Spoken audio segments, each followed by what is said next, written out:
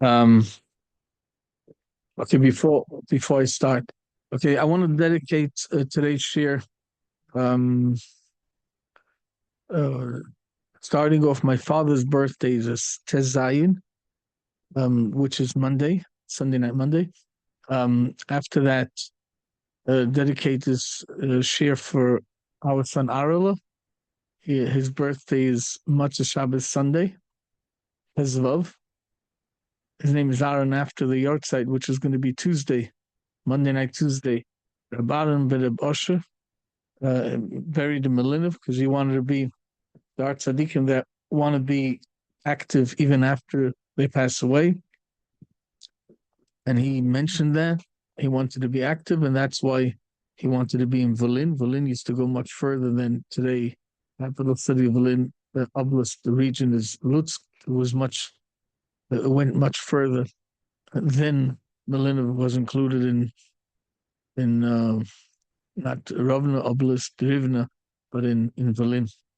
But in any case, the outside will sein Susa Yogan Elena the Beisar.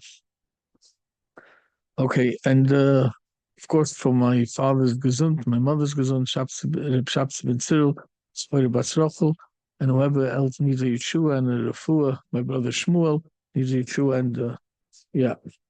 Okay, let's start.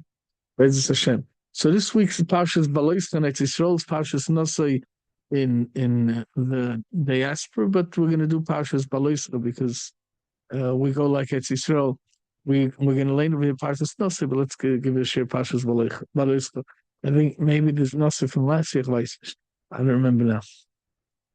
So, I think there was. I think Chaim Baruch. I think you put up. Yeah. So let's go to Parshas Beha'aloscha. Beha'aloscha is so you have Aaron has a Felicia Sadas. The last week's parsha is the Nisim, the 12 Nisim, the 12 presidents of the 12 tribes, the Shvatim. And then they didn't include Shevet Levi. Shevet Levi is the 13th Shevet. It's like the Shloshas and Midas Sharachamim. It's the 13th one. It is Menashe and Ephraim, so that makes it that makes it Yosef that gets two Chalokim and it's Israel, and therefore you have already 12 Shvatim, and the Levi is Shloshas and Midas. It's the middle of this 12 dimensions of different 12 themes, four on top, four on bottom, four on the corners of the physical cube, which is called Olam Asiyah. And the Levi is the Neshama. Let me start off with a little story. Somebody sent this to me on WhatsApp. I don't know, 2 days ago, whatever it was. I think it's finished. And there was a couple a recent story. A couple that got married and a koiling a man who was very dedicated to the Levim of our generation, and this the guy was fry. He bought a house, an apartment in Ramat. It wasn't really suitable for him, but he, so at 30 years ago, he charged, there was a very big apartment, 5 bedrooms, plus a dining room, living room, and porches and ganzen Geschäft, and it was a very big. So then he charged a lot, but it was $3,000 rent. And the couple needed them with their children, and they moved in. But the thing is that when the price went up in Yerushalayim, in a much very good area, that he didn't raise the price, and this went on for many years, and it turns out it went on for decades. 30 years didn't change the price. In the beginning, it was expensive, and then it was actually 3, 4 times cheaper than beautiful scenery, than the going price. So, well, if you don't charge him more, I'm not saying anything. The guy wasn't a person of means; he was a learner, and kids and Eineklich and everything else. So it was a Moed Gezach. And he kept on learning, he kept doing Marbit's Torah. So if they didn't ask for more, that's what he gave. Every month he gave in the amount. This prior person dies, and his wife looks at the documents and he says, "Oh, he's got an apartment in Ramot. Whatever happened to that apartment? Oh, it's coming in rent.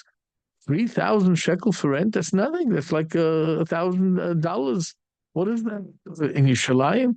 The kids, she said, "Well, if my husband, he knew what he was doing, but I can't jump up. They probably won't have to pay." So she's being nice. She said, "I'll go 500. I'll start off with 500 shekel more, and then 3 months later, another 500. Eventually, So a few months later, she'll go up to the regular price. So she says, I'm gonna, next month it's gonna be 500 shekel more. I don't know why my husband took so cheap and so on. He doesn't say anything. The 3,000 he got in a check in the bank, he used to get in, and it was Avaraf and some Meisid, whatever gave, send the money to them. Now he has to find another way to give the 500 extra shekel. And he waited for the end of the month. He thought either he's going to give it cash or something. He has to come up with the money. And Lamaisa, she never called up. So he called her. I thought you want 500 shekel. I want to know how to give it over. She says, never mind. No, no, no. It's staying the same. Okay, thank you very much. But she says, you don't want to know? He says, I don't ask if you don't tell me. So she says, you should know something. I wanted to do much more, but I didn't know. I figured that somebody's learning religious, and you guys don't really, you're not the, it's not the trust, it's not the beauty of society. Everybody's against the frum and everything else now. And it turns out it's just the opposite. It's the frum of people. Yes, yes, it's the Haredim that started all the Israel, that the whole, I'm not all Israel, all the communities, it was Haredim that fought, what is it called? The when they went into the swamps, I forgot what that site that Kim called. It was the Haredim that suffered and tortured themselves and sacrificed everything to make Aliyah in the last 500 years. Yes, it was the Haredim that started Israel, not the other way. They call us the parasites. I'm talking about people that try to abuse the system and try to steal every drop and try to outsmart the system. I'm talking about the Hamoinam, which are very Darkei Yishorim, Darkei Hashem, Kroshas Mo Yisrael, B'Shura, they make a Kiddush Hashem. It's those people don't never, even if they didn't pay the bus, they'll pay next time twice and all that. If they didn't have money and if their car didn't work or something, it's the people that you can leave. Our daughter, Esther Cyril Weiss, he took a video. She took a video. We walked. This is a few years ago, 4 or 5 years ago. I don't remember when it was. We walked in a Fruma city. They left everything outside. No cameras, nothing. Thousands. She took care of the inventory and the food in Lvov, and she knew prices. And she told our daughter told us it's many thousands of dollars on the streets. Dozens of cases of tuna and all different expensive stuff outside. No camera and nobody steals one thing. Amoinam is upright people and we're not parasites.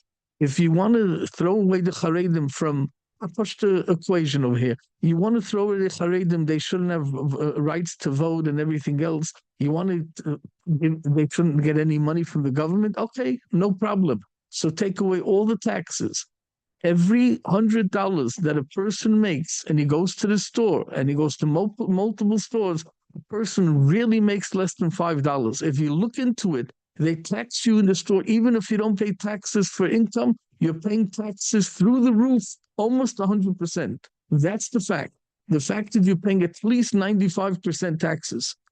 You're paying every dollar that goes into every store, it's just taxing and taxing and taxing. Even if somebody he's taxed up to the roof in his lifetime, when he dies, they have to pay another tax for the Yerusha.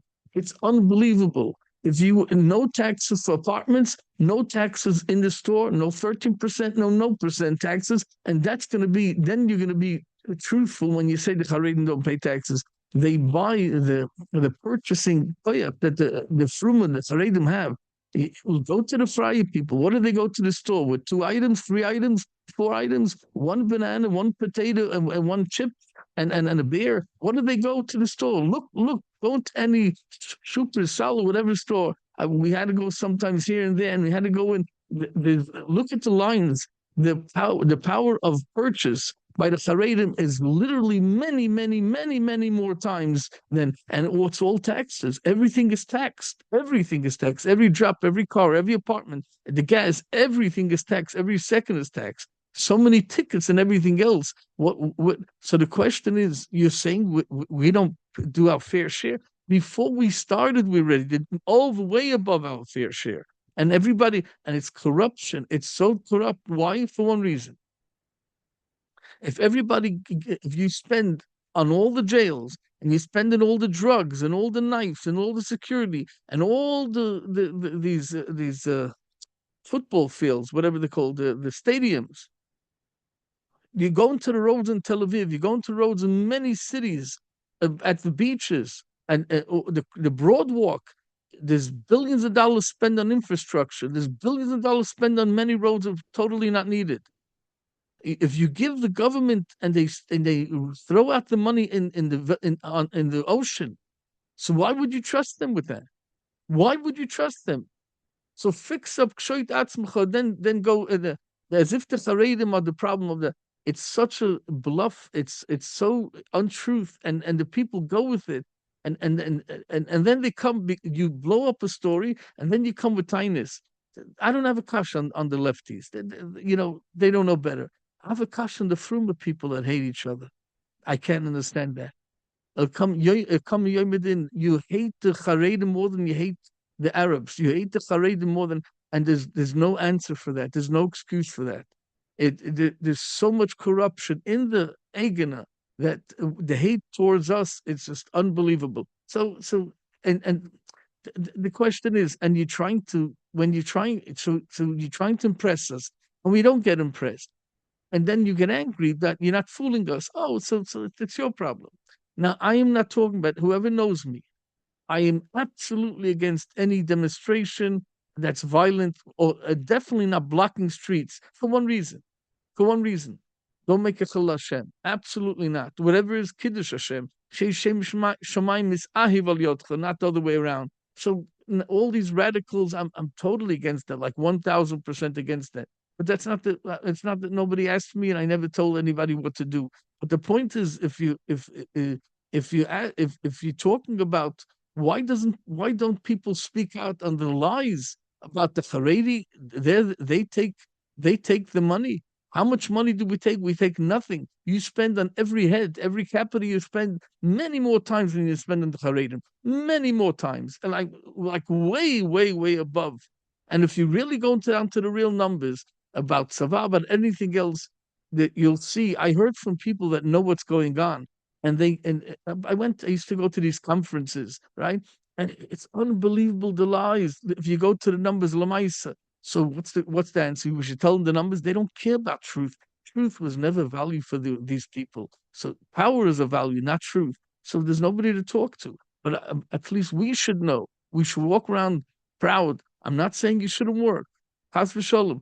If you don't want to if you want to work as a rebbe, there's no more beautiful job than a rebbe. And with children, education, any tashmish kedusha, bevakasha. You don't want to go out of the sphere of Torah, bevakasha. But you don't want to be a marbit Torah. Of course, you want to. What it's better.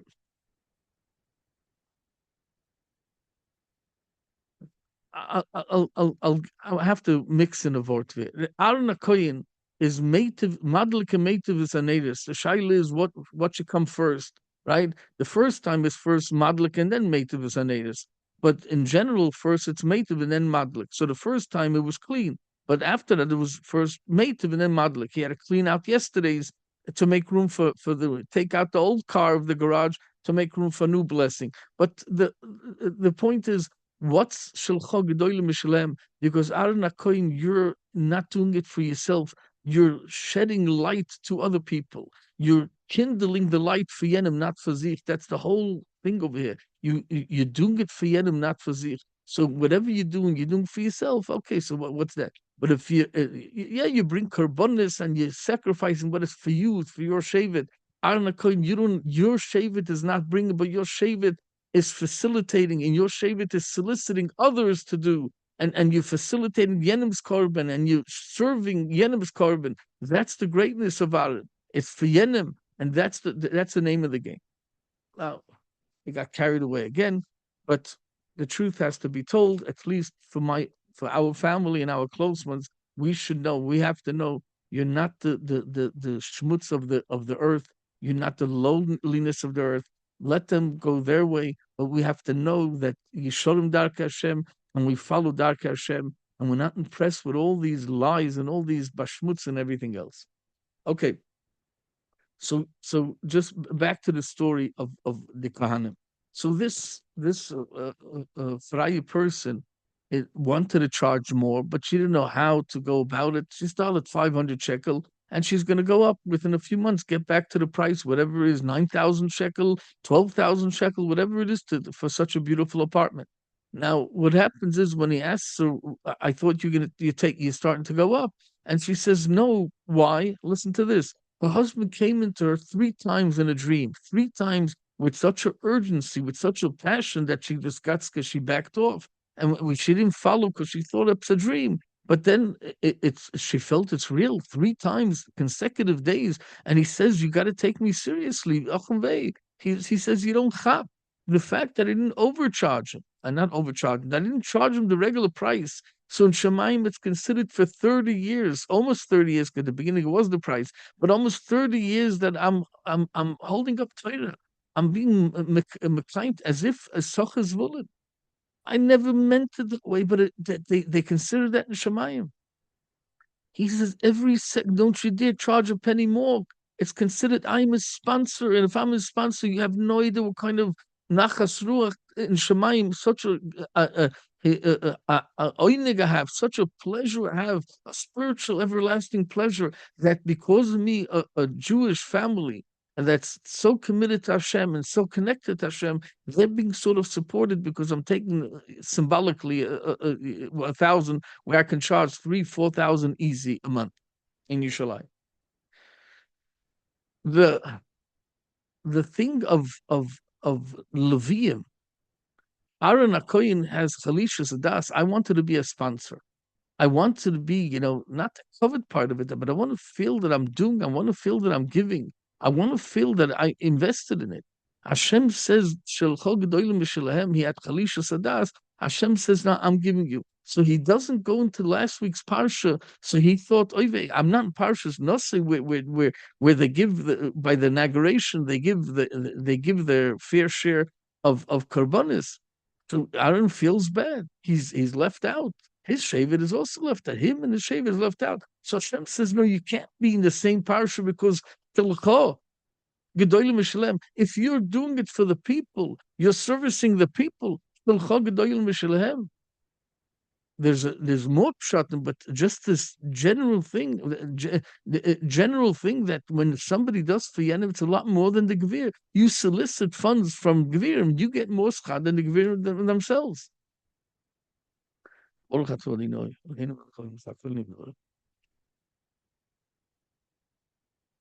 So what's Aaron doing?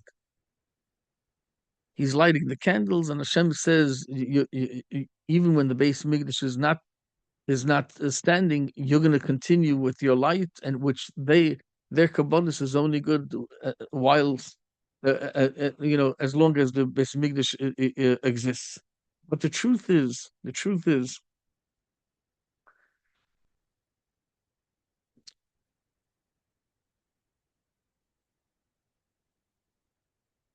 I want to just for a second.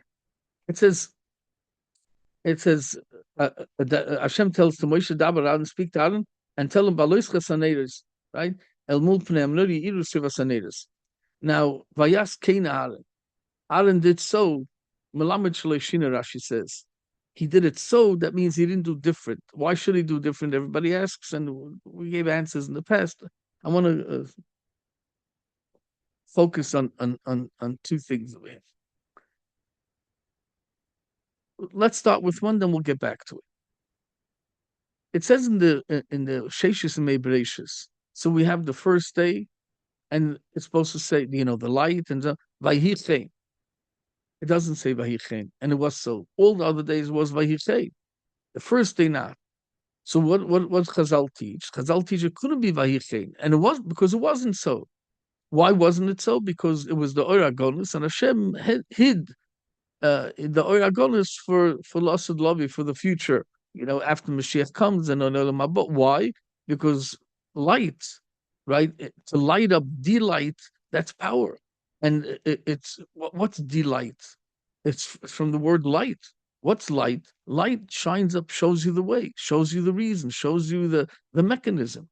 If you give knowledge to people, knowledge is power, and you enlighten them, then they use this. If they're not good people, they can use this enlightenment to harm people, use the fire and the electric and the money and the power to harm people. So Hashem took this oil and he hid it. Or it's called Oragon, is the hidden light.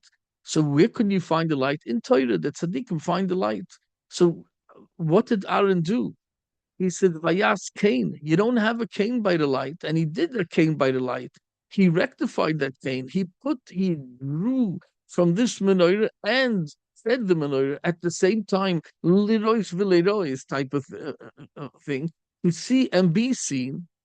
In other words, he ignited and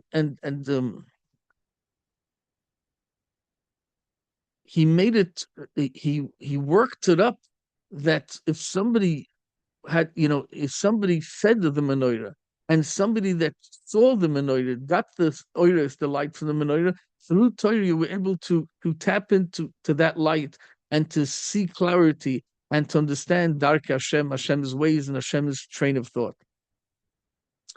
So what Aaron did over here is more than Pasha gave a korban. What Aaron did, he connected us to the original light, which is seeing Hashem, knowing Hashem. Yiddish Shammai means seeing Hashem in every little step of the way. How could you see that clarity? When you invest in Yenim, when you invest in the Torah, not for the sake of myself, my grandiose self, but for the sake of Hashem, then it's a whole different story. When it's all about Hashem, there's a Maisa.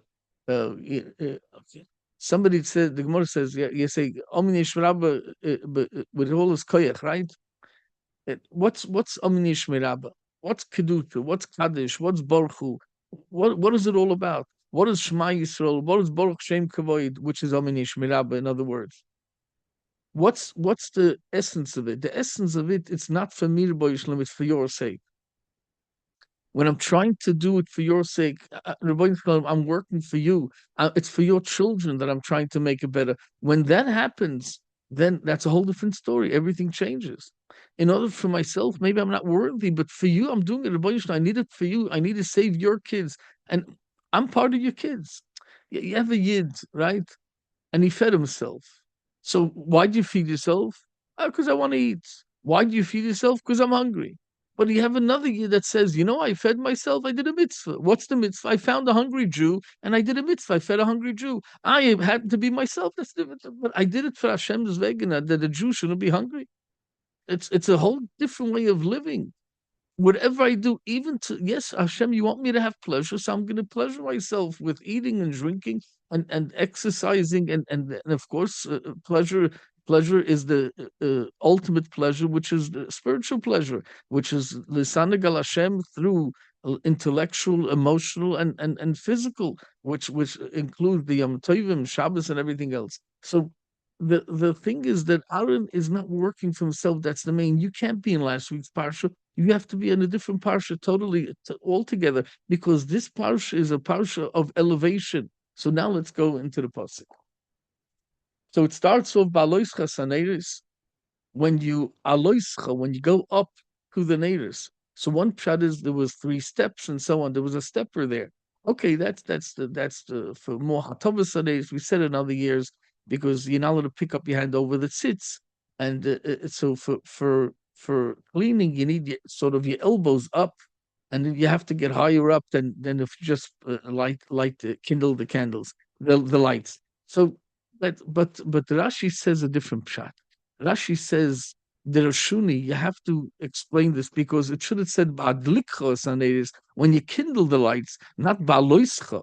So Rashi says the Torah is telling us more than just kindling the light. The Torah says that it's not you kindling the light, it's Ba'aloischa Shetehei Shel Heves Oilem Elea.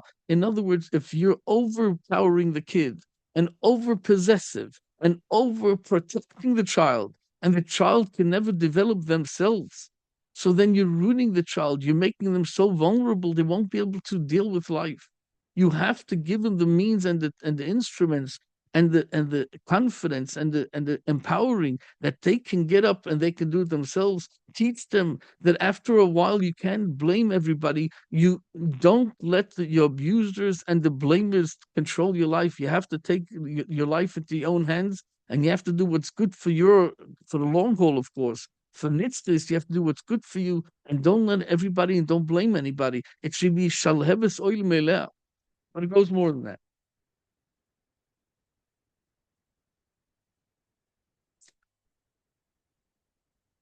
Rabbi Lau, he should be now about 89 years old, I think. Maybe what a wonderful person. Survived the Holocaust as a kid.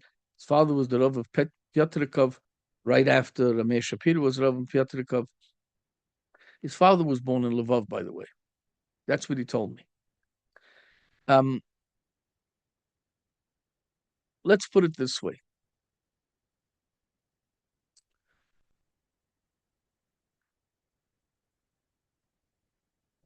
It says in the God, go out and learn. Why not Boyulamat?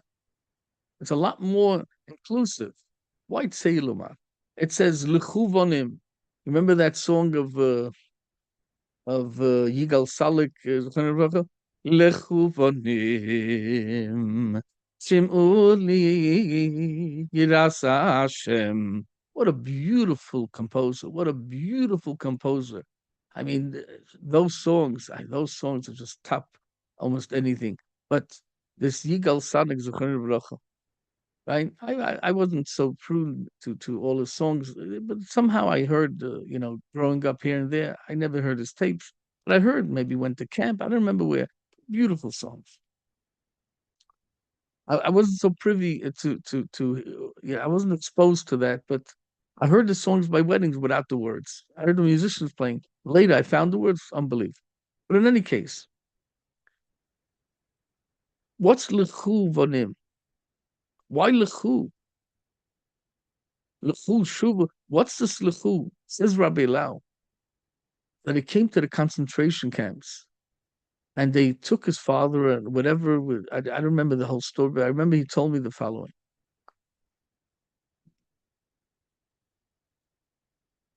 They took they took people that worked whatever to one side, and the people that were they felt that they won't be useful, beneficial, and so on, including young children and their mothers that they took care of them. They felt this. So when he was with his mother and his older brothers, Tulik was on the other in the other line. So his mother realized that she's on the side of the people that won't last, won't survive. So he was a kid. I don't even know how old he was. We're talking about, I didn't even know, but what was he, 5 years old? I don't even know how old he was. And she went and pushed him away. And he cried. And he couldn't believe what kind of Azorius is that? You have a kid that's walking, and the parent says, "Come, take a step. Trust me, I'll grab onto you. You won't fall." And then the parent backs off and backs off and backs off. And the kid says, "What? I already took one, two, three steps. I can't trust you. Why are you leaving go? Why are you letting me fall?" So you think the mother's achzer, and he couldn't understand why she pushed him with all her might. He didn't want to go. She pushed him so hard. He went flying all the way to the hands of his older brother, about 10 years older than him, Naftali. And she said, Tulik, look after him. Take achrayas, which he did throughout the whole war. He had a Russian guy that also in the lager, not Jewish, that it was like his guardian angel, Mamish. He protected him and everything else. But his brother always came to check up on him. Somehow he made it his business. The point is that he couldn't understand. He was so pained. His mother threw him away. That's all he had left, his mother. He lost his father. They killed his father. Now he has his mother, and his mother throws him away. A young child, the youngest child. I don't know, the youngest, whatever it was. And he said it was the greatest chesed in the world, the greatest chesed in the world. Because if she wouldn't throw me away when the German turned around and he didn't see for that second, he would never survive the war. Could you imagine? It's when Hashem like sort of throws you away and you're sort of on your own. That can be the greatest chesed. So Beha'aloscha Saneris, Aaron Cohen says, Rashi says, Shetei Shaleves Oila Me'eleha, but you're alone. But that's going to create a strong, powerful, resilient, and immune person. You're going to become a better person, a stronger person, more resolve, more commitment, more with a bigger drive. Now it can break you or make you or break you, but if you have what it takes and you have the emunah bitochen, you become a much more effective person. How many people opened organizations and flourished and blossomed? They had no idea they were the quietest people around, and they turned over the world in a good way. They affected the world in such a unbelievable way because Hashem tested them. So we don't see many times it's in our children. We don't see most of the times we don't have that window to see that crack to see wow the godless and the toiva and so on and so forth. But you have to realize when somebody when Aloischa Saneris is a murder lesson over here. It's not so much that you should kindle. You should get them to kindle. Self motivation, self driven, self conviction. They should have the conviction. That's when you matzliach in enlightening the next generation. So, emul pnei hamnoira yiru shiva sanedas. There's the middle nair. So you have the 7, you have the 9, right? And you have the 11, and then you have the 22. It's, the bechers and the proch, the flowers, and you have the buttons, right? Uh, kids, the I forgot what it's called, the remind and so not to do, I forgot what it's called. The kids, and you have a Pesach Dverecha Yoreina, so you have every Chumash, the first pasuk of the numbers of every pasuk is equivalent to the menorah, and together you have 49. Moshe Rabbeinu is the 49.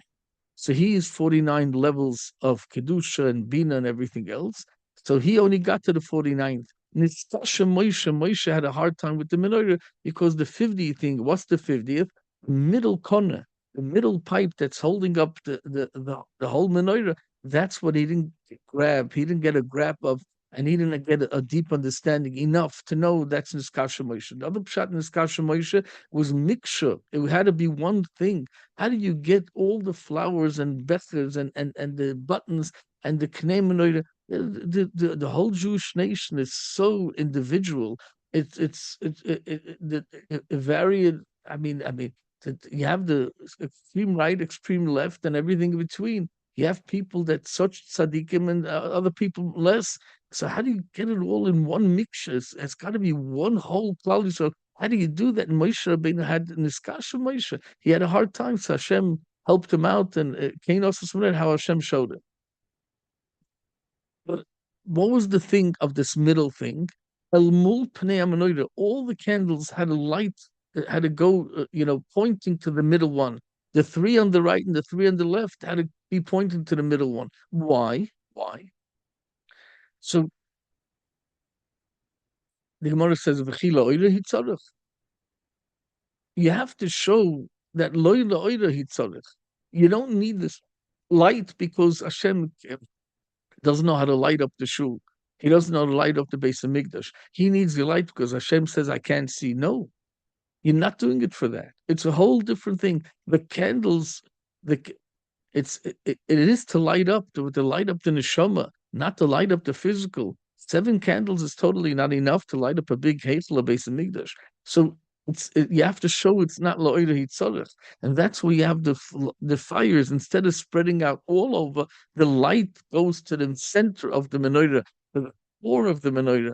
It's to reflect the core of the menorah, so it doesn't work on its own. It's actually meshubed, submissive to the middle nera maravi and so on.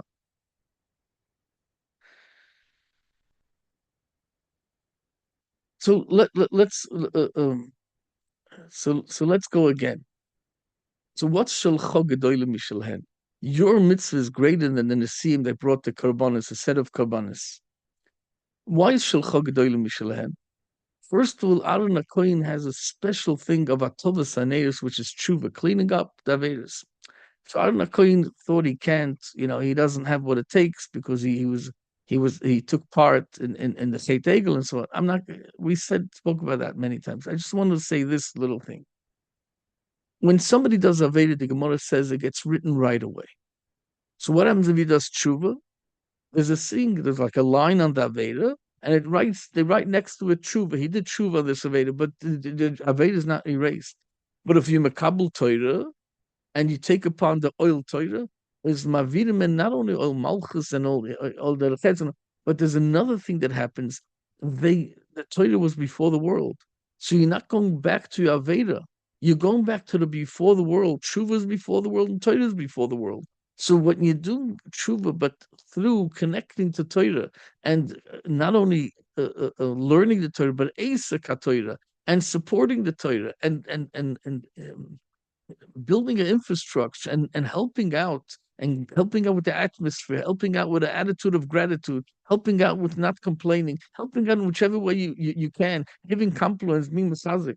When you do that, so you put a crown to that Torah, you shine a light onto the Torah, you shine the light. What are you doing? What you're doing is you're creating a new Metzias, and the new Metzias is a Metzias that it doesn't say he did the Veda or she did the Veda, but they did Tshuva. It's totally erased. It's totally erased as if it never happened. That's the side of it. And Aaron Akoin is saying, you can do not only do tshuva, but you can do atovas aneres, which is only by you can clean it up in a sense that you don't see. I forgot the lashon that we say over there. By the pasuk Shashlach Mitzulis Yom after the Kedis Yitzchak. It's as if it never existed, and it's more than what it says in that pasuk over there. It's erased totally. That's what Aaron Kohen gets. The menorah is Torah, ner mitzvah Torah or. That's what he does with this or. He burns of Hagolah and Libin Chomer. It cleans it out like you can never know that it was ever there before. Okay, so once you have that, so now let's go Melamed Shalosh Shina.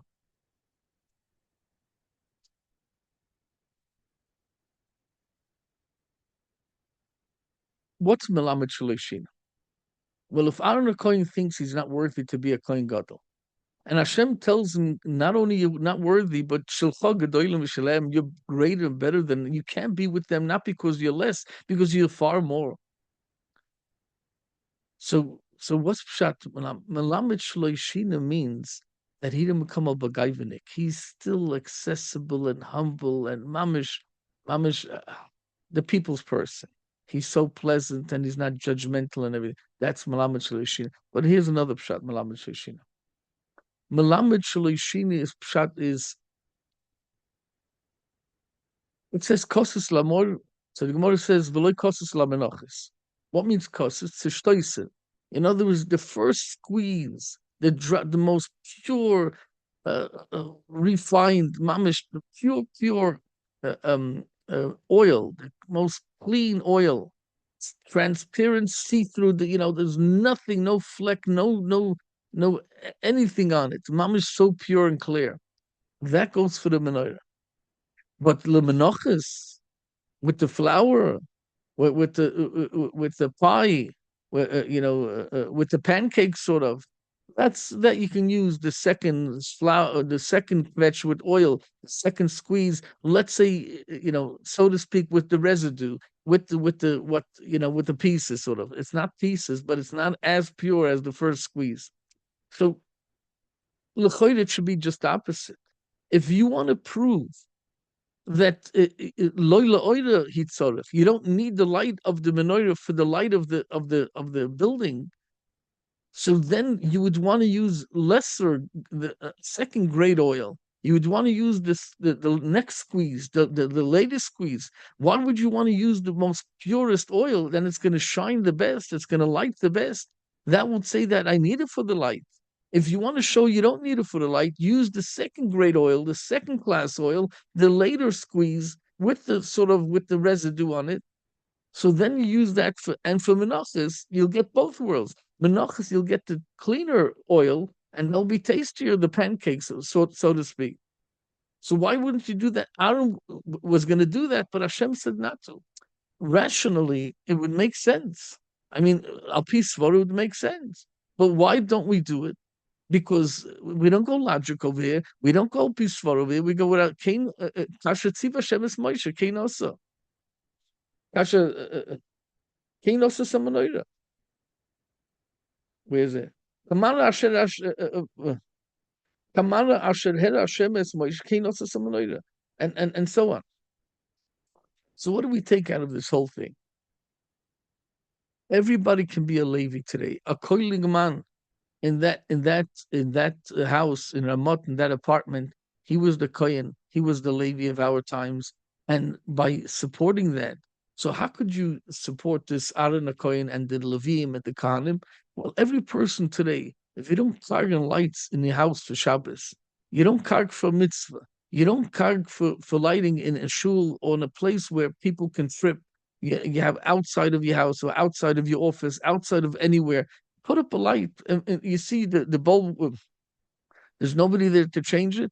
Go buy a bulb and give it to the Gabba. Or if you know electric, so go do it yourself if they don't have anybody. But put enlightened people's life physically, emotionally, and spiritually, intellectually too. If you light up somebody's path, that's Shulcha Gedolim Mishaleh. That you can do even there's no base of Mikdash. Yeah, that you can do with a Mikdash Ma'at. That's the whole vort over here. That you can go and light Yenim's life. That's the whole vort of Aaron. That's why he was Aaron Shulcha Gedolim Mishalem, because you understand the depth and the core of this Hadlokas Nedis. It's not some ritual that you have to do. It's you have to light up, kindle the light of Yenim's spark, of Yenim's neshama. If it's physically they need lighting, and there's a murdigus chus. Havelin Bonen Talmid Chacham, the Gemara says. Some is Rogel Bener, you light up people's lives, then that's Shulcha Gedolim Mishalem. Over there's no excuses for that. I don't have the money, so I can light up in a different way. But the point is something. Go to the Gaba and pay out a little bit of electricity for lighting. And it is you come to the Shtiblich in Eretz Yisrael, they go around with a little white pushka to put on the air conditioner. If you don't put in 5 shekel for half hour, the air conditioner doesn't work. It's a big mitzvah to put on, give it the 5 shekel for the air conditioner or for lighting, whatever it is. Give it whatever you have. You don't have a lot, give whatever you have.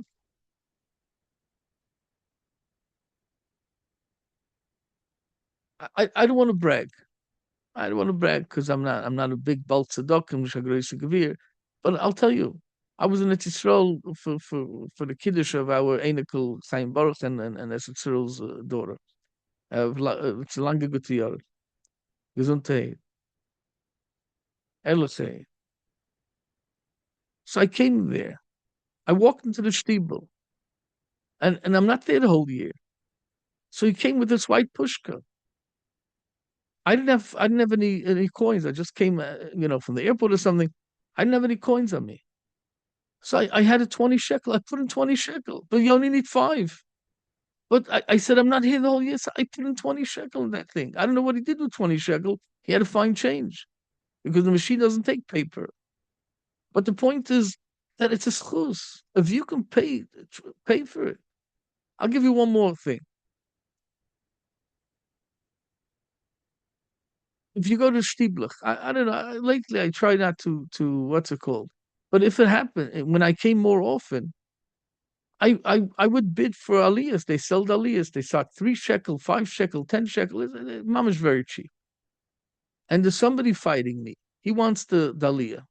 So he goes up to, let's say, 20, 30 shekel, and I overbid him, outbid him. And then it comes to the aliyah. I tell the guy, call that guy. I never meant to go to I just wanted to buy aliyah, to give this to the shul. And whoever's fighting for it, he wants to let him have the aliyah. I don't need the aliyah. It's not the point of having the aliyah. It's a lot more the point of paying for the aliyah. It's a pashut to mathematical thing. If you go and invest, then you have results. But it's not about me. I'm bidding, but that's not about me. It's about Yedim. I have no idea who the guy is. And for most time, I don't even know who's bidding. I'm looking at the guy, but I don't even know who went to the to for Aliyah. Maybe afterwards he comes, says thank you. Okay, I'll do your day. I'm not doing it for him. I'm just trying to think what does it mean? Beha'aloscha saneres. I'm trying to think Melamed Shloishina. I'm trying to think what's the main issue over here and what's the core value over here and cash in. These are the real segulas. Cash in. See how you can light the enemy's life.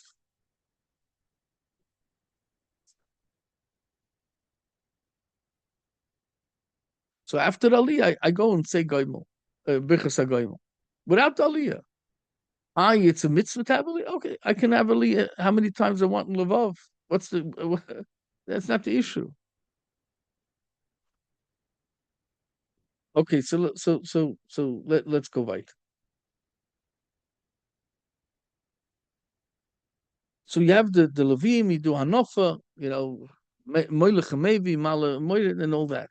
And then you come to the next part of the Levim, is Vaidab Hashem al Moshe Leimer, a new paragraph, like it's a new parsha type of thing. Zoyis Hashelvim, from when? From Chomish Ve'esrim Shon V'Malo, from 25 and up, he goes into the counting of serving as a Levi, right? Umi ben Chamishim Shana, by 50 years old, Yoshu Mitzvah Avodah V'lo Yavodah. He should return and he doesn't work anymore. Doesn't serve in the base meals. So what should he do? So the Torah says next pasuk. V'shedis es echov ba'oil moyed lishmoy mishmeres avodah liyavad kochet asa levi mishmeresam. So he becomes a guard, right? But v'shedis es echov, one of the pshatim, he gives them eitzah. How do you know? Because the Mishnah says in Ovis ben chamishim leitzah. So what kind of eitzahs? Well, somebody sometimes can give eitzahs what to do, and sometimes you can learn from a person what not to do. But everybody can give eitzahs. Eitzahs is easy. So here's the thing. I heard this, I saw this clip of one of the Chabad Shluchim, clearly not a young guy. I mean, probably fairly into his 60s. I mean, that's what it looks like to me, maybe even 70s. And I can't remember his name now. And he's a Chabad Shlich, I think, in Antwerp. But he said a little mice that happened with him and a Bacher. And I found that it's very refreshing.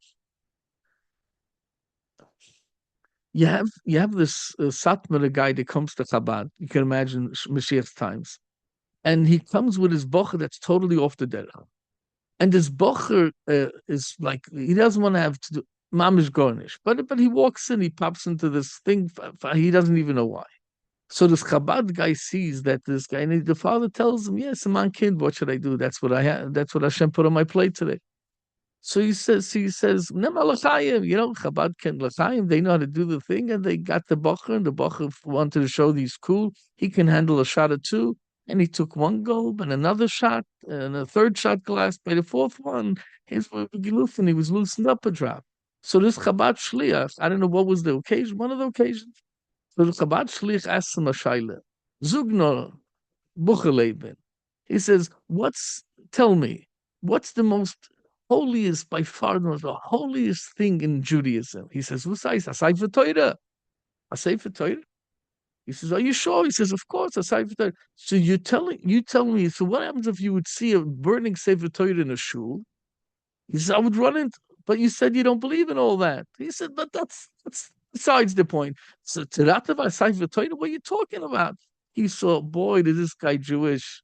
He thinks he's away from Jewish. You honor me, Ponesta Evrach. Where can I run away? There's so much Judaism. This bacher right now. He would put his life in jeopardy to jump into in a firing furnace to save the Sefer Torah. This Chabad Shliach asks him, uh, um, tell me.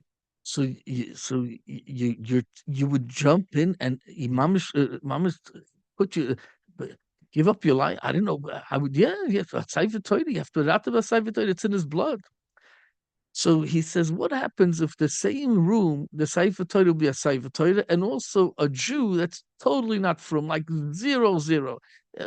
On Pesach, eating Yom Kippur, he's eating Chas v'Sholem He's eating a pig, pork on Yom Kippur. Yeah. What would you save him? No, I'm sorry. Would you save him? Or would you save the Sefer? He says, of course, the Sefer Torah. He says, why? There's nothing holy by him. The Sefer Torah is heilig. It's holy. So the Chabad tells him, I'm sorry to break it to you. Halachically, in Judaism, as much as you want to save the Sefer Torah in Hashem's eyes, this Yiddilah that knows nothing or doesn't want to know about anything, he's a lot holier than the Sefer Torah that you read every Shabbos in the weekday. And that was an eye opener. He was blown away. You mean to say this nobody, this no goodnik is holier by by a million times? But it's the pinteliyid, the chelik elkamal, the piece of is part of Hashem. Is part of Hashem. He's carrying Hashem's neshama. What are you talking? Of course, it's more important. So he says, okay, it's there.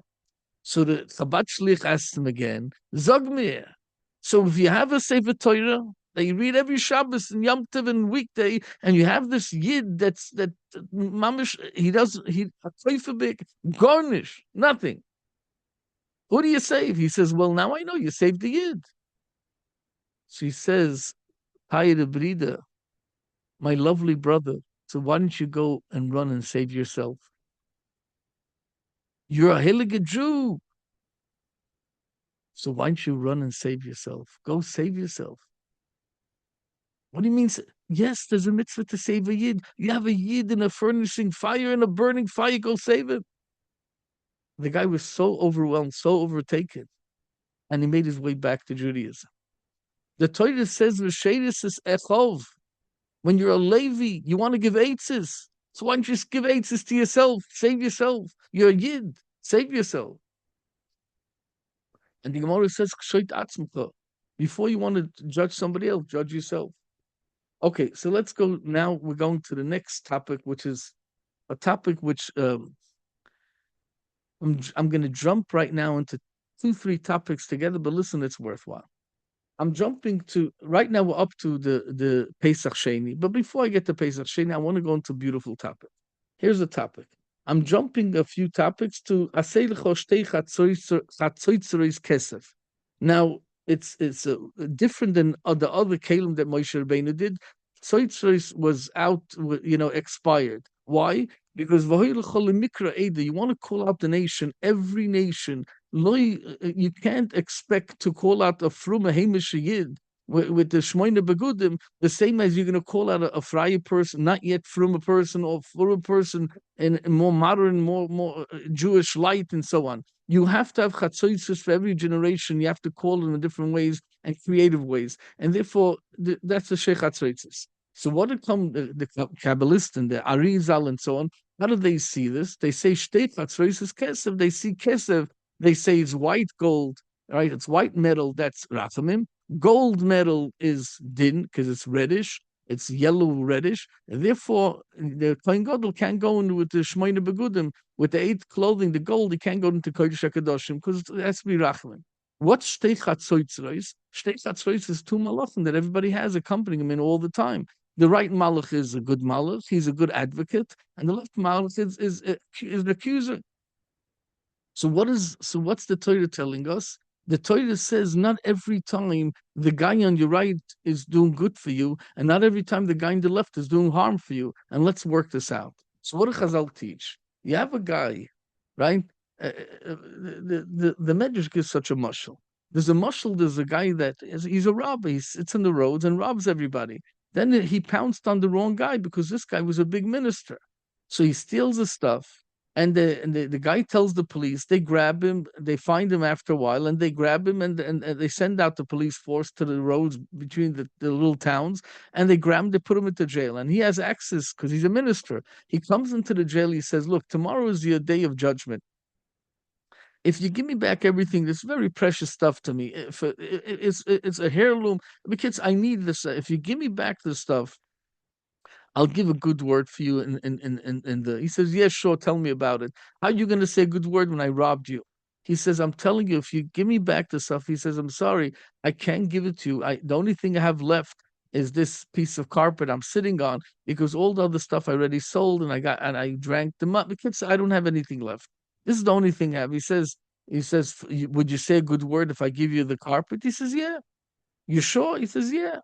So he believed me. He didn't believe him, but it comes tomorrow to the court, and they call and they the judge says, do you have anybody that can say anything good about you? Anybody can protect you? Anybody can advocate for you? He says, yes, I have very choshev a minister that he's gonna on my behalf will say a good word. He'll say.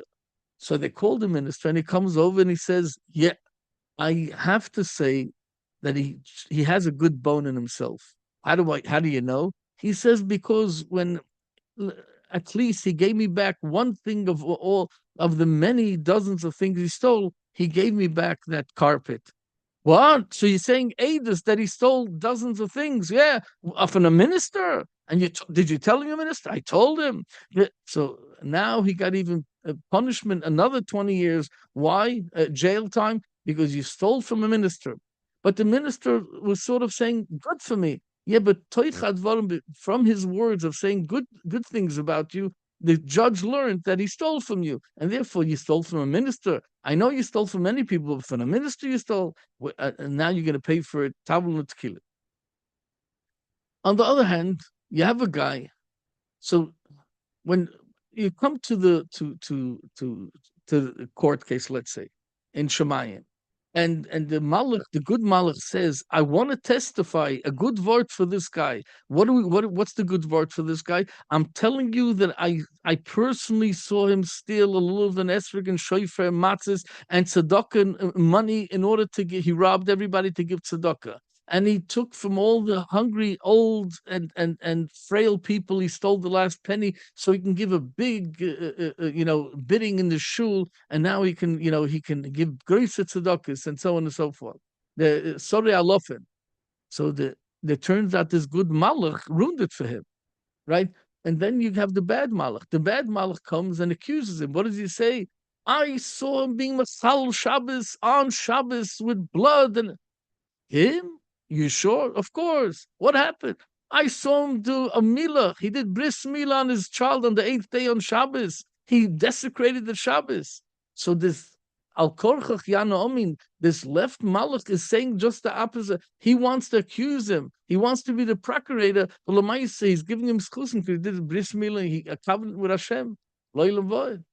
So Teichat Soitzreis Kesev, so the Arizal and the Meforshim explain that a person should have side the good malach and the bad malach on his attesting on his behalf things that are going to bring you positive din and so on and positive schus.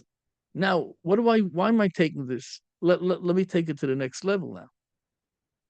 You have at the beginning of the parsha Aaron HaKohen. He wants something so badly. He has chalisha sadas. It's not that I don't have enough. I want a lot more. And Hashem says, I'll give it to you, but not only give it to you. I'll give it to you, Shulcha Gedolim Mishalem. I'll let you, not only when there's a base of Migdash, but whoever participates in enlightening somebody's life, spiritually, mentally, emotionally, and physically. And yes, you take a bulb and give it to the Gabba. Yes, you take something and light up the hallway, the alleyway, the streetway. Put light for people, enlighten them in emotionally, and so on and so forth. That's the way of Shulchan Gedolim Mishlem in today's time. Even if the base Mikdash is not, that's Aaron HaKohen. You can do that. How did he get to do it? Because he wanted it so badly. So here's the thing. That takes us to the next topic. What's the next topic? The next topic is Pesach. One time Pesach in the whole Midbar, 40 years. Why? The first time, okay, I'll get back to the first time. I'll get back to this to this Midbar thing. First, I want to say this word. Because they wanted it so badly. Lo manigora. Why should we have less? They wanted it so badly. Hashem says, you can have it. Go, let's jump a few parshas to Matis. The Benois Salafcha came Benois Salafcha Doivreis, right? They get a share in Eretz Yisrael. Why? They don't have husbands. Well, when they'll get husbands, they'll have the husband's share. So why do girls need a share? The husband needs a share because he has to provide for the family, provide and protect. What does she need a share? She's going to get married. No, but she gets a share in Eretz Yisrael anyway on her own right. Why? Because they wanted it that badly. Comes the end of the parsha. Moshe Rabbeinu is on of Ma'oid Mikol Adam Al Pnei Adam. Why is he on of Ma'oid? Moshe Rabbeinu, the more you have, the bigger hasagas you have, the hungrier you are. If a guy doesn't know anything, he thinks he knows everything. But the more you know, Moshe Rabbeinu says, not only I'm hungry, I'm the one that's al the on of ma'oid al pnei mikol adam asher al pnei adama. What do you need? You say on of ma'oid mikol adam. What do you have to say asher al pnei adama? Moshe Rabbeinu says these fellows don't chap. I was in Shemayim. I saw the real thing. I saw the depth and the broadness of the whole Torah. I saw what it's really all about. These guys see, in other words, I know how much I'm missing. I know how little I know. I know how much I'm hungry for a lot more. They're hungry for Oshas, Balpeh, Bavli, Yerushalmi, Shulchan Aruch. I'm hungry for a million times more than that. And therefore, I feel like I have nothing. I'm bereft of everything. You think I have a lot, but according to my knowledge and my comprehension, I feel I have mamish nothing. So why should I keep myself? I'm big. Second thing, Moshe Rabbeinu says, I didn't inspire you enough. That's why you're doing Avedis. So in other words, I can hold myself big because of me. You're not living up to par. So he's blaming himself. So how can I consider myself great? I'm a walking failing rabbi. And then now let's go to the punchline of this. Miriam has tinus of Moshe Rabbeinu. Miriam says, what in the world is this guy thinking? Gam vonu dibra Hashem. In other words, we hear his nevuah, whatever every Navi sees and hears, we see and hear too. That's the klal. Hashem made that every Navi share. In other words, if somebody backs out, if somebody shies away, the other Nevi'im are supposed to tell, we saw what you saw, but you're in charge of this Nevi'im, and you have to go spread Hashem's word. So we see what he sees. Although he has the charge, he has the challenge, his mission is to spread it. But we saw, and we didn't see that Hashem told him that he should separate from his wife. But here's the thing. What's the tinus? Here's the tain in Moshe Rabbeinu. Moshe Rabbeinu, why are you separate from your wife? And the teretz is because you wanted that so badly. In other words, you wanted it, just like Aaron wanted it so badly, he got it. Just like Selofchad's daughters wanted it so badly, they got it. Just like Pesach Sheni, second chance, they got it. Moshe Rabbeinu wanted it cleaved to Hashem so tight and so close and so full-time connected that he got his way by sort of Hashem telling him that you should come to me. So you asked for it, so you got it. You asked so passionately, so sincerely, so you got it. Who asked you to ask such a thing? Why did you even wish such a thing? And it turns out she was wrong because Hashem initiated it, not him. But the point is that the power of will, when somebody wants something so badly, they'll get it, Mitzvah Hashem. For the most part, they'll get it, unless it's abstract, unless it's something not relevant. But for the most part, if you want it that badly, you'll get it. Vayhi ben Soya Oren Vayom Moshe. What's this Oren thing? Oren is my grandfather, my mother's father. He had he had very difficult times sometimes in life. And my mother told me many times when we grew up, she told us, and she told our brothers and sisters, that her father, Abba, he went to the Aron Kodesh and he did what all the old generations, men and women alike. They went to the local shul, there was nobody there. They opened Aron Kodesh, they opened the paroises, they opened the doors, and they took a tilim or without a tilim, and they poured the hearts out. They cried. They were bawling mamish. They cried. They put the head in the Aron Kodesh, and they piled us Yeshuas, Moedik Yeshuas. You have to understand. This is the name of the game. Oren is the Rosh Tevis. Melech Roife v'nemen Otto. Melech Roife v'nemen Otto. No, what's the thing? The end of the Rafeinu. Roife nemon v'rachmon Otto. Roife nemon v'rachmon Otto, that's Oren. You come to Aron Kodesh and you pour your heart out, and you get tzit and so on. So let me give you a little incident.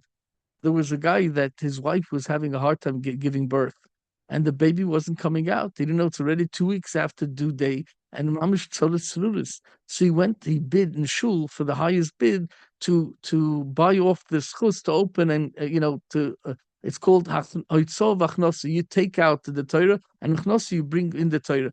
And he went and he paid the top dollar to open up the Kodesh, and which is Hoitzah, taking out the Sefer Torah.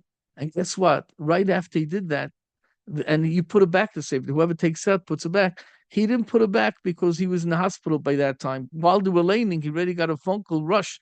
He wife, and he rushed to the hospital, and she gave birth right away. By Rachnos, he was already in the hospital. She was already giving birth. So the Aron Kodesh is very powerful, very powerful. Even Soya Aron Moshe, the Aron Kodesh, the Dav by the Aron Kodesh. Okay, I already went past the time. Wait. Okay, so let's noch a drop in that's it.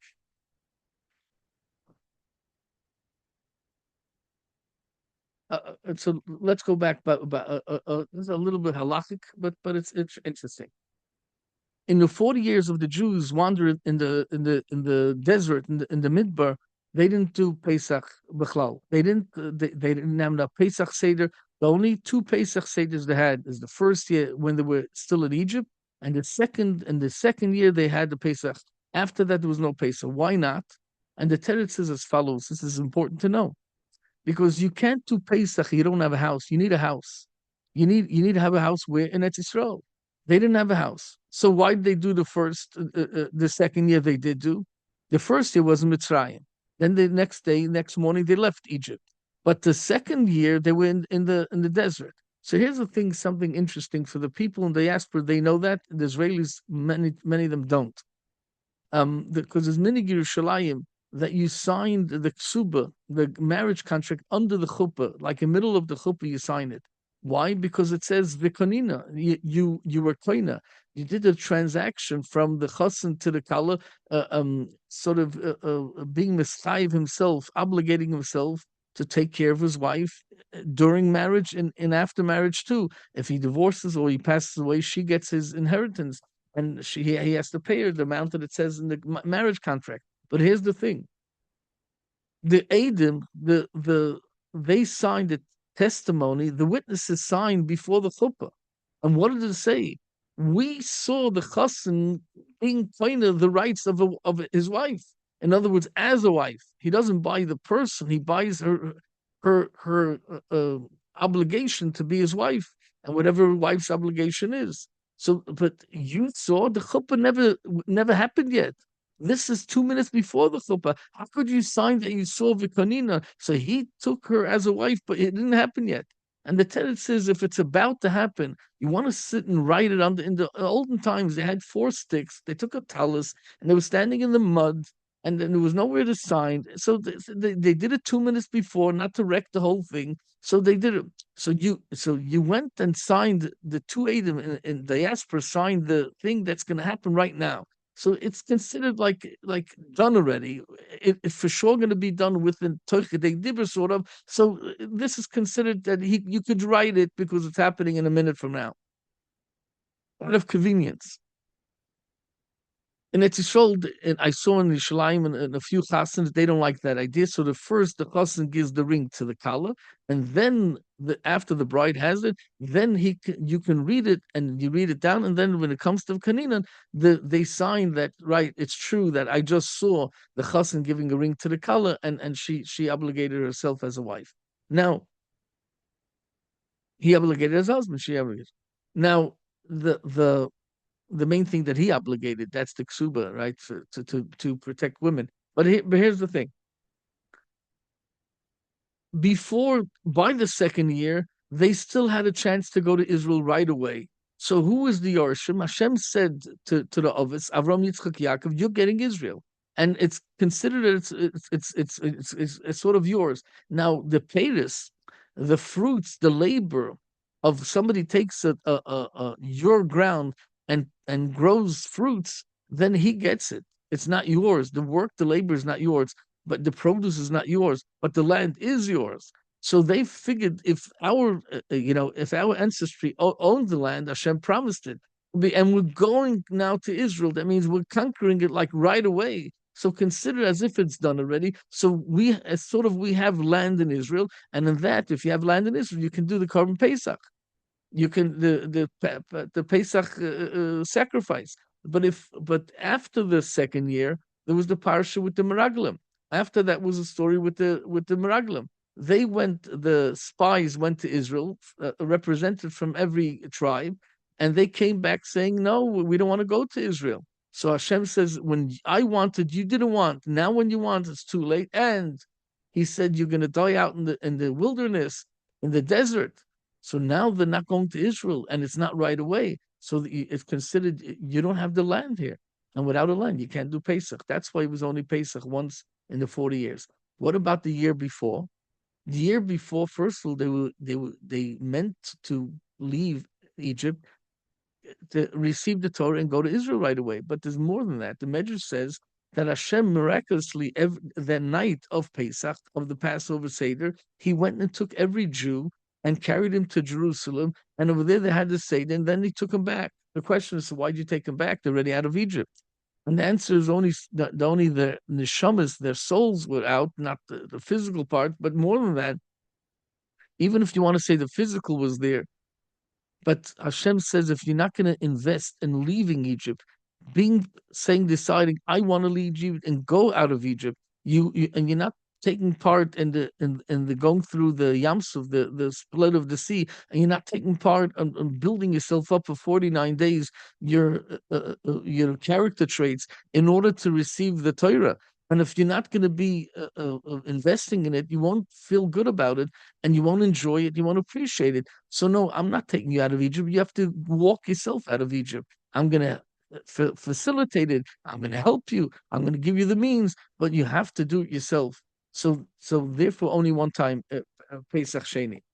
Now let's go to.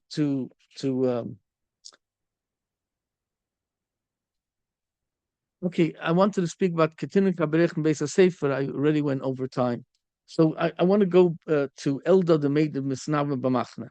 I wanted to speak about the Mun a little bit. For 1 second, the Mun. See, the Mun was something they complain. This is a little important. It's a lot. It's very important. It says they complained first at Katinika Berech and Beis Sefer. You have the two nonofuchas to make a difference between Peronis and Peronis. You look at Rashi, but here's the thing.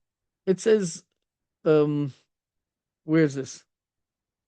Vayifku. They cried, right?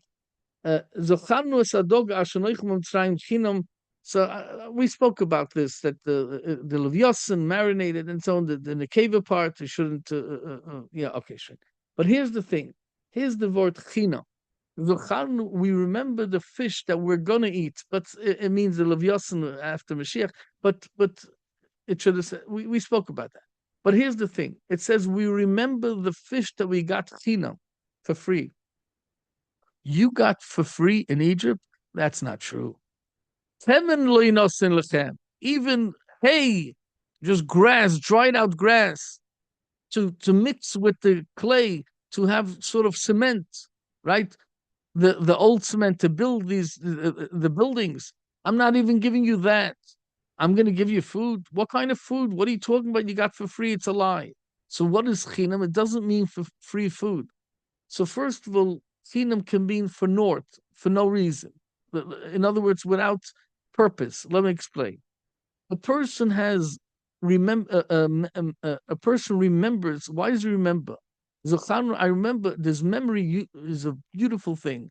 Too much memory is bad. If you remember the bad things, the negative things, that paralyzes the person. But if you remember the good things, for instance, you walk into a store and there's an unbelievably large and variety, so many menus that you can choose from. And the question is, what are you going to choose? And the teretz is, I have memory. I remember I tasted like that. That was delicious. And today I'm in the mood of that, so I order that. That helps you. You don't have to go through the whole menu. You don't have to taste everything to know what you want. You can say, no, I remember last week I had this and I want that. It was delicious. You have any more of that? Okay. That helps you memory.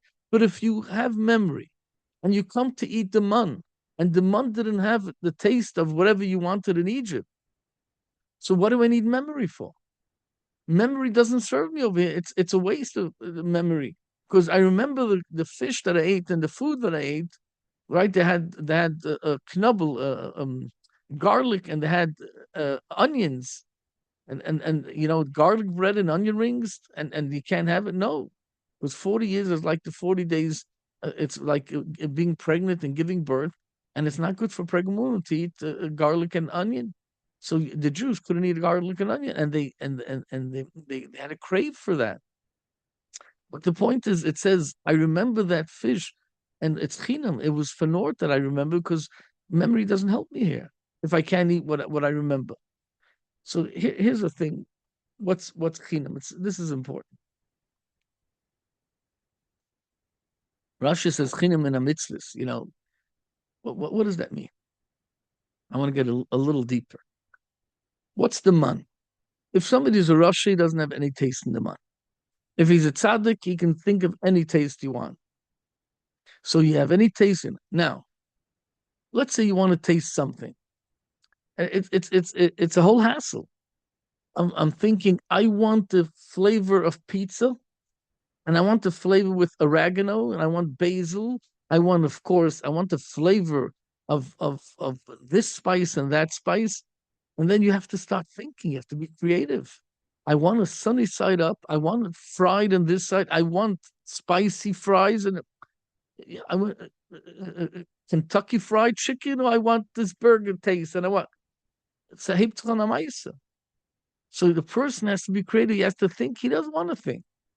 I come to the store, I pick a dish, they serve me this dish, if it's chicken, meat, fish, whatever it is, and I eat it. And it's a lasagna, it's a lasagna. If it's eggplant parmesan, I eat it, and that's it. I don't have to sit the whole time and focus.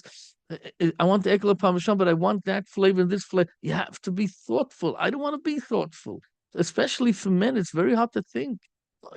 Only the bare minimum, whatever we have to think, we think. Otherwise, we totally don't think. And here you have to be cognizant the whole time. Run your brain. I mean, why over there I had it for free because I didn't have to think these flavors. They fed it to me and I ate, and that's it. And here I have to like answer Geschichte. But it's more than that. I'll give you a little story. There was a guy. He was a stuller. He was a carpenter, but he with glass windows. But he did shafkas, beautiful, handwork and carved out and all that. So he worked on one thing for a very rich, noble person, for Poritz. He worked the whole year on it, practically the whole year. It was worth, I don't know, $1 million. It was he waited for months till he got this part and this glass and this wood and that, and he glued it together and they put a handwork. It was a whole beautiful piece of art.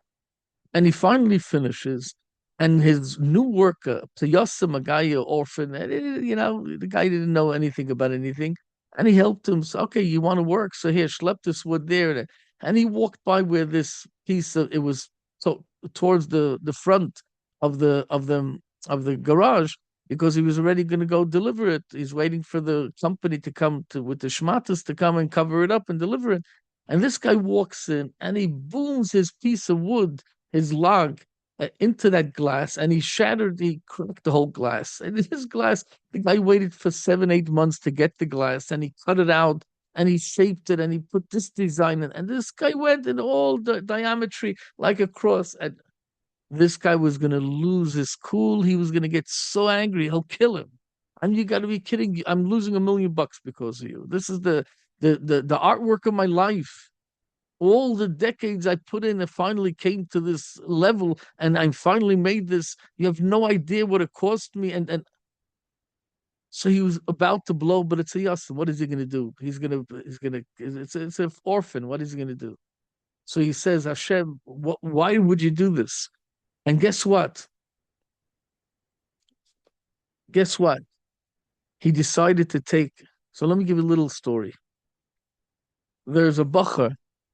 They after years of looking for shidduchim, he finally found something. He was very picky and finally found something. Oh, and this is amazing, beyond amazing. And he meets the girl a few times, and she's fond of him, and he's fond of her, and the mamish, yeah. But Lamaisa, we're meeting, and we have to You have to figure out other name. Like we have to decide, is it yes or no? So decide, okay, one more meeting and we have to decide. Right? He comes to the meeting and he doesn't want to be late, doesn't like to be late, so he takes the bus that's going to get him there an hour early just in case of there's traffic, and he comes to the right place.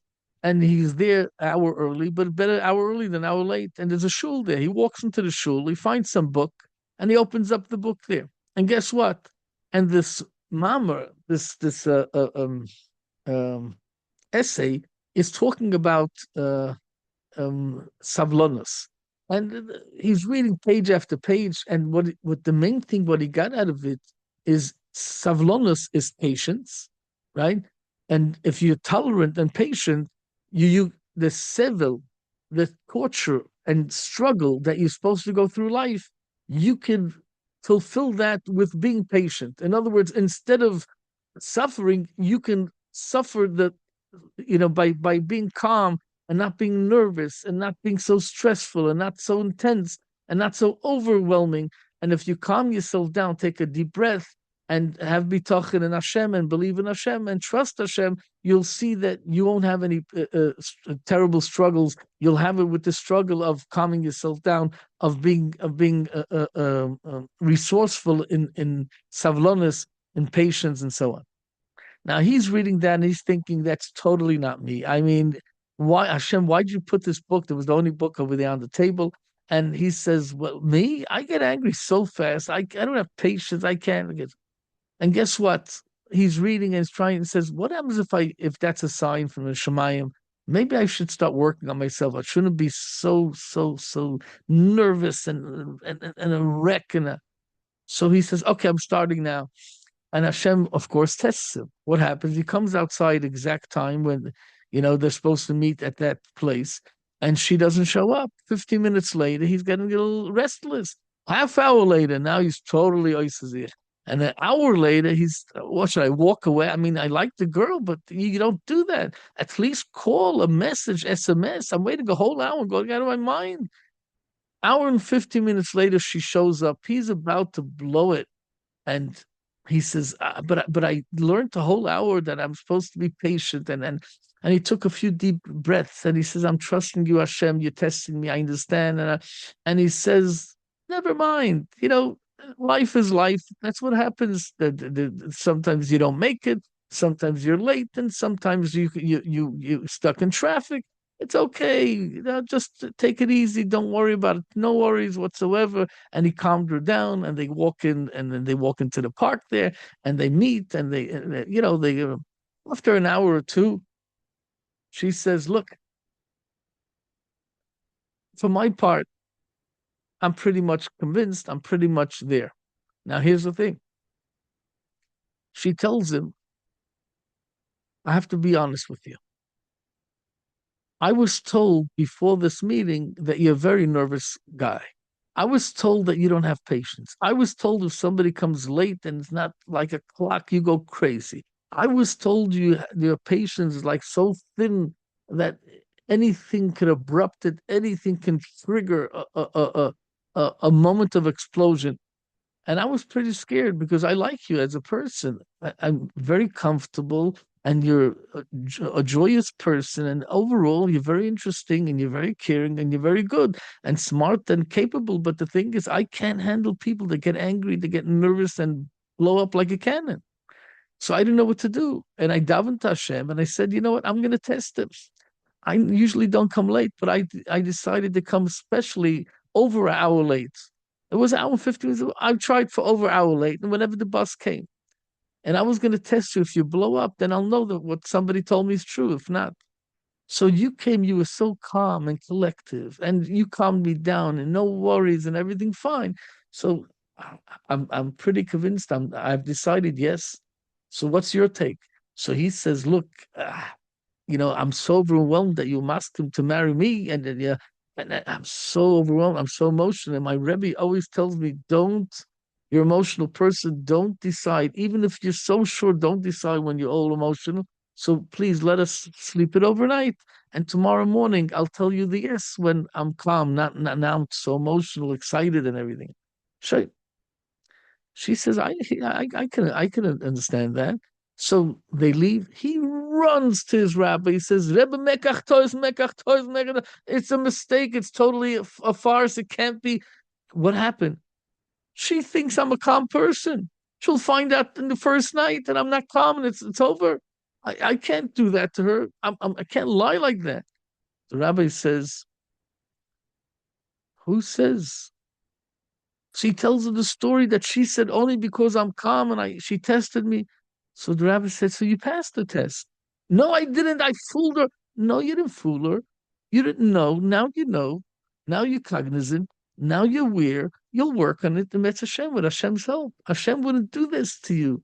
Hashem put you in that shul hour early with the sefer, and you had nothing to read, and you only read that. And guess what?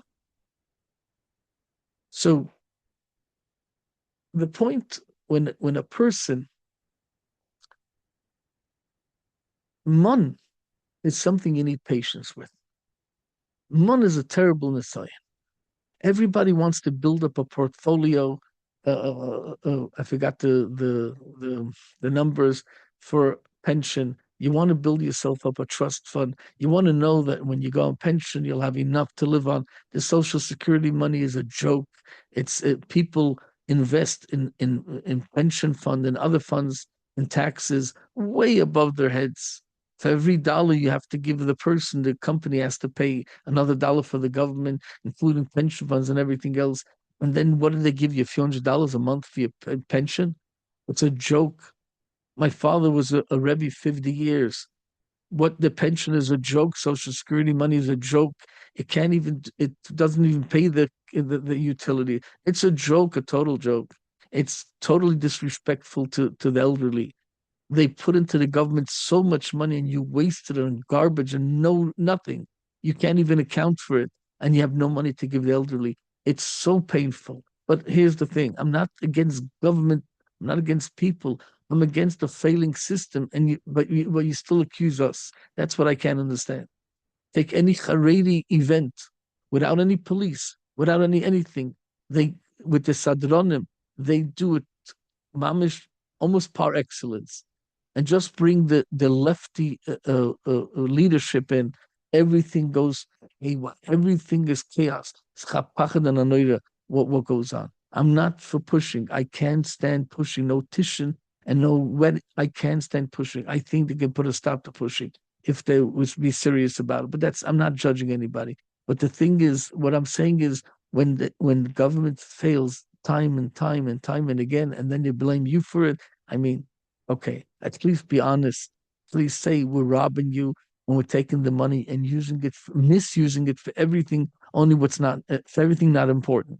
But in any case, so getting back to so a person, what they want more than anything else to know that for the next year, 5 years, 10 years, 20 years, 50 years, whatever it is, I have enough to eat. I won't be thrown out without a house. I'll have a roof on my head. I'll have room and board. I'll have what to eat. I'll have clothing. I'll be respected in my family, community, and so on. You want to build yourself up, and the month says no, no, no. You only have for today. Tomorrow you come again. Tomorrow you come again. Next day again. I need a relationship. I can't give you unlimited credit card or debit card. No, it doesn't work the way. You won't come back. This is about a two-way relationship. So the mon you have to. They want the chinam. They don't want this creativity. So coming out to the story, you have to be patient with man. You have to wait it out. You have to have patience, and there's unbelievable training over here and exercise. But let's go to the creativity of the man. You have to think which food you want, which taste, and everything else.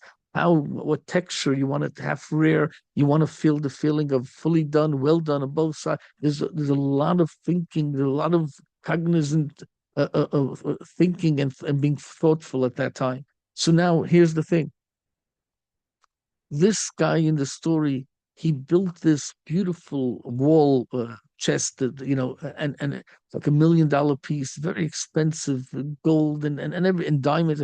The more goes out, and this guy goes and puts a crack through the whole big fat glass with his, with his wood, being so careless. And he wants to get angry, but then he says, "I can." I can restrain and I can practice my patience that Hashem wants. And I can have bitachon that Hashem did it for the best. And I don't know why, but he stood there. Instead of getting angry, he stood there for 5, 10 minutes, looking at the glass with his art imagination, and he takes a little chisel and he takes a little scratching whatever instrument, and he starts scratching and he starts chiseling and he starts banging here there, and within a day or two they saw this most magnificent beautiful piece of art in the glass based on that crack that his worker did.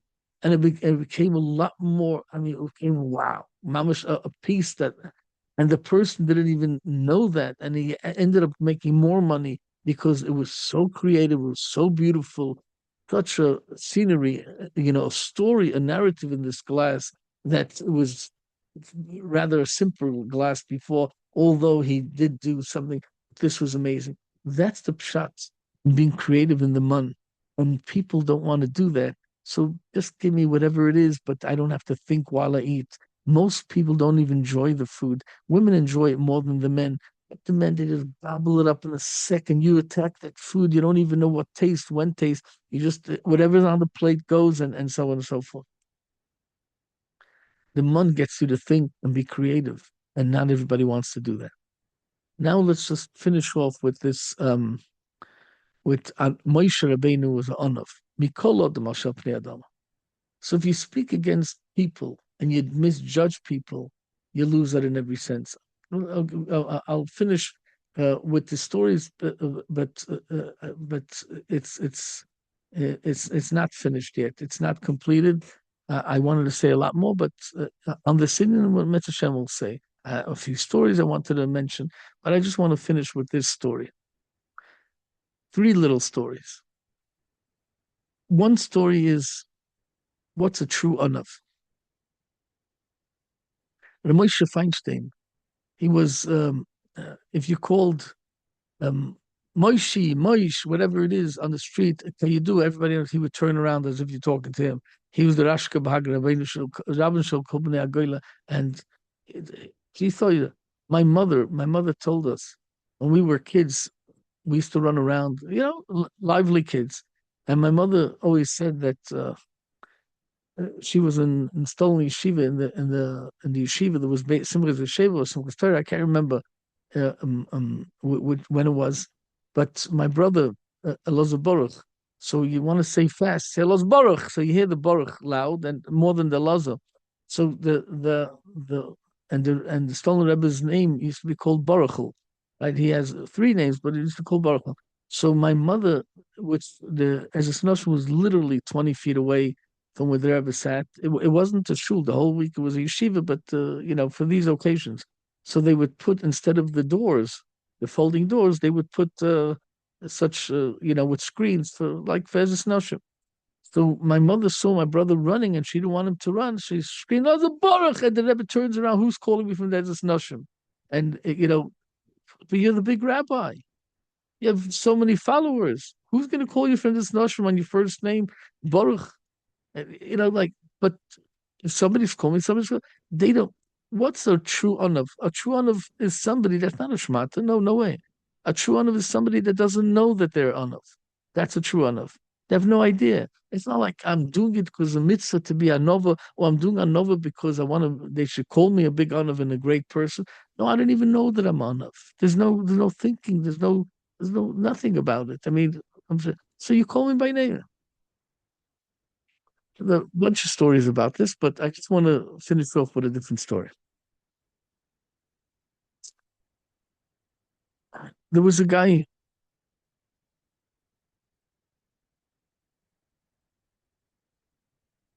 uh, I'll finish first about the Onav.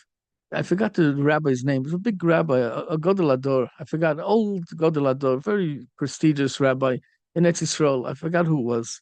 And there was a kid that saw him. It was before the smartphones and selfies. So the kid saw him and he was riding his bike and he bumped into the Gadol Ador. So he says, "Oh, Kvod Arav, can I have a picture with you?" And the rabbi looks at him, what? He thought he has a silent aloch and a silent whatever. I can take a picture with you. And he was taken aback. He says, yeah, yeah, yeah. So he says, but I don't have a camera with me. I didn't know I'm gonna bump into you. So he says, so where's the camera? He says, it's down the block in my house. Can I go get it? And he thinks, but I have to walk the other way. So, but if I go there with my bike, I don't have where to put it. I'm afraid to steal it. Could you? Could I leave my bike with you and you watch the bike, and then I'll run to the house and get the camera and take a picture? And the rabbi said, yeah. So so uh, so he's standing. The rabbi's standing. The old rabbi, one hand the cane, the other hand he's holding the bike, the kiddie's bike. They're bent over, and the kid ran down the block to go to his house to get the camera to come back. And meanwhile, a chashuva person, a Shiva walks, middle age, walks by, sees the Goldwasser standing with holding on a bike. He says, Rabbi, what happened? It was his Talmud. He says, Rabbi, what happened? So he says, I don't know. The kid wants a picture with me. And what? You're going to stand. So what's the bike? He says he wants to run to his house to get the bike. He doesn't have who to watch his bike. He asked me to watch his bike. So I'm watching his bike. He says, what in the world? How could that even be? He says, Rebbe, I'm going to stand and watch the bike. Rebbe, go home. No, no, wait. He asked me to watch. I'm watching it. And the kid comes running down the block. And this Rosh Shiva thinks, what of a what's if? How could you even think? Who brought up this kid? Who taught him that it's okay? And he asked this Rosh Shiva, could you please take a picture? And he was I'm a big Rosh Shiva. I'm going to take a picture of you. Yeah. But Rosh Shiva tells him, no, please take a picture. And he took a picture, and Rosh Shiva gave him a hug and a glat on his face, and he was so happy. And the kid takes the bike and rides right off as if nothing. And he says, Ad heichon. He says, what's wrong? Who am I that the kid wants a picture? I'm so happy. So I can make me some a kid. I don't need it, but if I can make a guy happy, if I can light his candle, if I can be made to the madlik, that's the true anova, true anova. It's so refreshing. It's so refreshing. And I want to finish off with this shidduch story. There was a guy that he was a bacha, I don't know, from one town, and she was from a different town. And Bekitza, different sceneries, totally different sceneries, let's say North and South Israel. So then, they did a shidduch. They really liked each other, and they got along, everybody very well, the families. And they decided, why do you have to pay for a room to rent in Bein Hazmanim up north if Al Mukhatanu lived there? In Israel, it's very common to take, to swap apartments. I go to your city, stay in your house for Shabbos. You go to my house for Shabbos, and you don't have to charge yen, and both have vacations, change of scenery. So they decided to do that. Now, when the Chassan's side came to the Kalah's house, the mother, she opened one of the cubbies that she wasn't supposed to, and then it was off grounds, and but she couldn't help herself somehow, and she saw somewhere in the kitchen cabinets, one of the cabinets, she saw a rishima, a list of medicines, and she says, "What? It's the Kalah's name, medicines for this Kalah." And she takes a picture with a phone. She takes a picture and she goes to her doctor. The family doctor says, "Oy vey, a broch, such a young girl with such medicines. That's terrible. You have no idea. I mean, this medicine's like for old people, with really old. But this a young person." So she calls up the shadchan, mekes tos. I'm sorry. They totally didn't tell us the truth. She's on multiple medicines, all different types of medicines. She's sick like anything. So the shadchan's but don't tell them I said, and we're friends. And the shadchan calls up the shidduch is off. The chassan broke off the shidduch. Why? What I can't say, bekitzer, but the mother of the kala was also a friend to the shadchanis, so she squeezed her, and she had to say the truth. You have a daughter that's so sick, taking so many medicines. So how can you kept quiet? You didn't even tell me we're friends. You're supposed to be honest with your friends. She says, "What are you talking about? My daughter never took any medicine. What are you talking? She's healthy as anything." So she said, "No, they saw. She showed me the picture. I saw the picture of the shemas of medicine trufot for this girl. He says, "No." She says, "This picture, this is for my mother." Because it's Sephardi, they name after the grandparents also. They name while they're still alive. This is for my mother. She says the grandmother of this girl has the same exact name, the same family, the same first name. It's not for her. She never touched medicine. The kids, when they found out that it's taka true, it's Ochem Bey. They called up and they made amends and they got together. And the Baruch Hashem, there was the shidduch, it was back on, and they got married and everything fine. You can judge, don't judge Yenim. So Hashem tells Moshe, Miriam, you think that Moshe Rabbeinu asked because he wanted it so badly to be in the base in the Mishkan full time. That's why Hashem granted him. No, no, no. As Hashem's Ratzon, and don't be judgmental, don't judge him, and able to tell them that we won't be judgmental, so they won't judge us in Shemayim, and they'll give everybody the brachas and Yeshuas and Refuas and Panosa Beleva Gesundheit. I mean, thank you very much.